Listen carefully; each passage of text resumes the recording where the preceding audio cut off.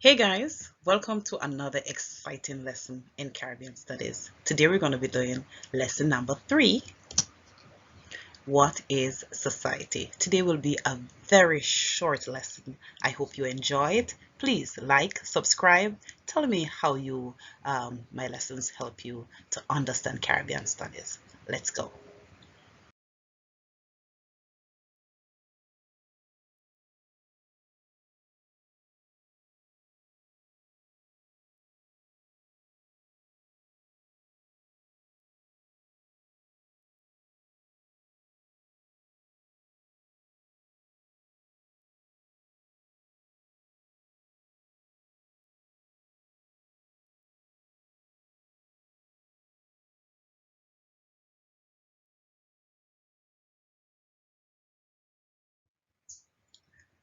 Now that you know how to define the term society, and you can easily identify the 5 characteristics or features of any human society.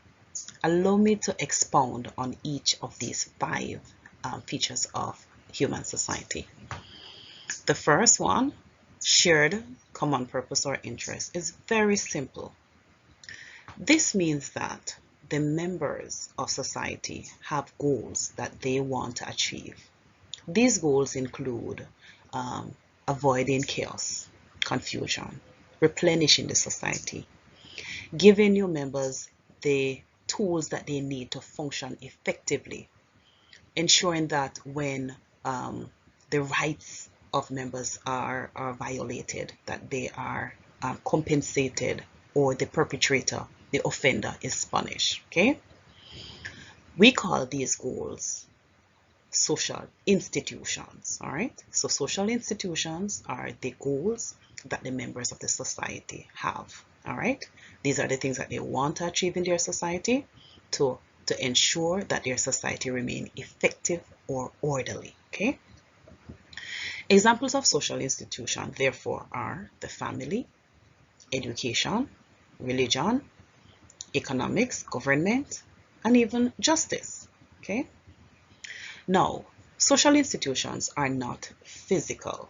all right? We know that they exist, but we cannot necessarily touch them. So, in order to achieve the social institutions, physical structures are created. These physical structures are called social organization. So, the family is a social institution, the home would be a social organization. Education would have been a social institution. Schools would be examples of the organizations that are put in place to ensure that the members of the society are educated. And the list goes on. So for justice, the organization now would have been the prison, the court, all right, or the systems of court, okay? Even in economics, that is a social institution. The bank or the banks would have been the social organization. Government or politics, the government buildings, the ministries and statutory bodies, the organize the physical structures that carry out the work of the government will now be their organization. All right. So let me just summarize the essence of this point. The people in a society want to ensure that their society remains orderly, chaos free. In order to do that, they come up with some goals that they want to achieve. They call these goals social institutions. In order to achieve the social institution, a physical structure must be put in place, and we call these physical structures social organization. Okay, common identity. And this is the fun point, all right? Now, common identity talks about the culture that the people of a society are able to create, okay?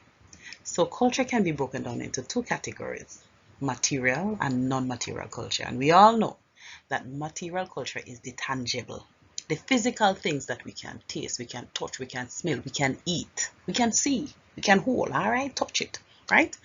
But the non-material are those things that we don't necessarily can see them. We call them intangible, but we know that they exist because they guide our behavior. All right. So these can be positive actions like our values and our mores, and they can be also negative actions. For example, in Jamaica, if you are bothered by somebody, you'll have the tendency to roll your eyes or you kiss your teeth or you fan them off. That bother me. You understand?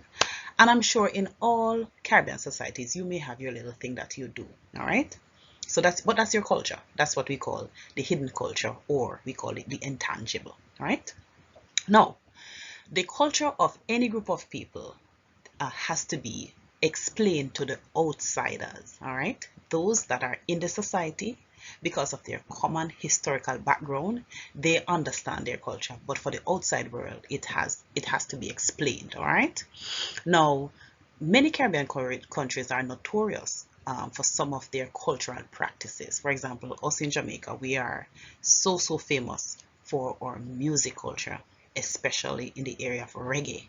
Also, we had the opportunity of developing an indigenous religion, and that is in the form of Rastafari. And there are many more things we can talk about Jamaica as being unique and having a dynamic culture.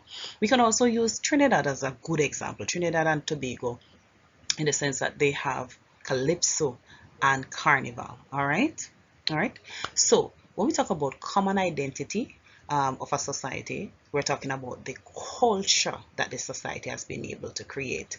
And remember now, the type of culture that any society will have will be dependent on their historical background. All right. There are other factors that are in play, but the major factor is the historical background of the people. Okay. Okay, so we now move from our fun point to our easy point, citizenship within a space. And simply put, citizenship means that all members of a society are called citizens. All right. In the Caribbean, you can become a citizen in three main ways: by birth, we would say, duh, you're born in the country, you are automatically a citizen. And by marriage, so an alien married to somebody in the Caribbean, automatically that person become a citizen of the Caribbean, whichever Caribbean country. And also naturalization, and this is a process where somebody from another society may come in the Caribbean, they spend a particular amount of time and they want to apply for citizenship, sorry. Okay, and that is naturalization. Now, please note, not seen on the slide, all countries have what is called a body of law that protect the rights of citizens, and that is called the Constitution. All right, the Constitution is the body of law that protects the rights or outline the rights of a citizen of any country. Yes, we are on our fourth point, continuity over time and space. And basically this means that the society finds a way to replenish or perpetuate itself so that it never dies until God come. Once a physical country exists, the society will never die. How do we do that? Well, the social institution of the family replenishes the society. Once new members are born, the old members teach them the ways of the society, the material and the non-material culture. We call this socialization.